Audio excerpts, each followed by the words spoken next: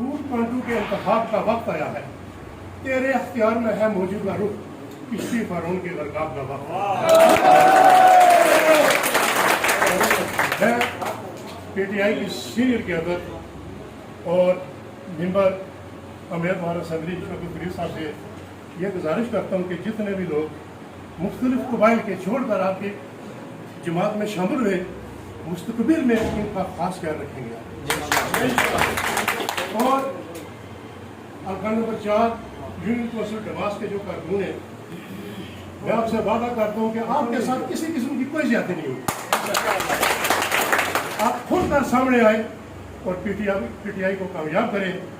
इंशाअल्लाह हम कामयाबी को यकीनी बनाएंगे। 25 तारीख हमारी जीत होगी और PTI के उम्मीदवार असेंबली इंशाअल्लाह शौकत फरीद साहब लोग मुंतखब होंगे हमारे